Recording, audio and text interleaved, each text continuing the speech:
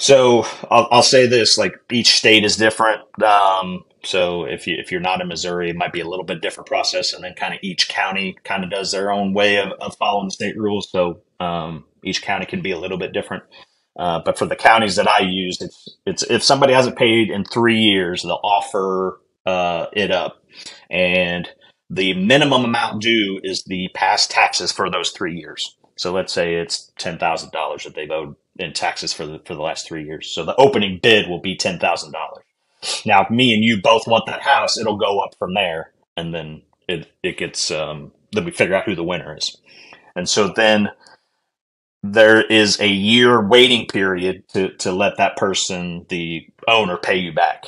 And so in Missouri, you make 10% off of that $10,000, and then you don't make 10% interest on the other amount that you went over that.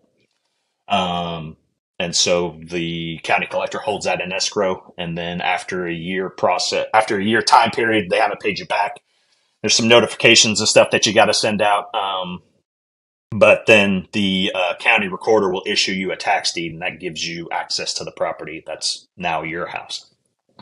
Now, the downside of that is, you really can't sell that on the MLS. You can't, no title company will guarantee insurance on that until you hire a lawyer and go through a process on that. So, but the tax lien will get you the deed that has access to the property, and so then that I just turn those into rentals, and then I'll just use it as rentals. And then if I want to sell it, then I go through the process with the attorney.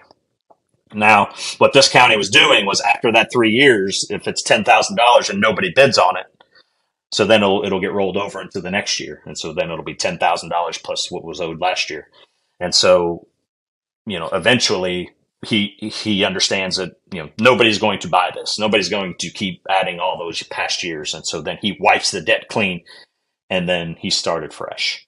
Now he does that because he wants people to pay taxes, obviously, and so that way he can get his revenue up. And so that's the way that county does it. I don't know if all of them do it. My local one here, there's another one that doesn't do that. She just keeps rolling it over year after year after year. So but yeah, that's kind of the quick and dirty of it.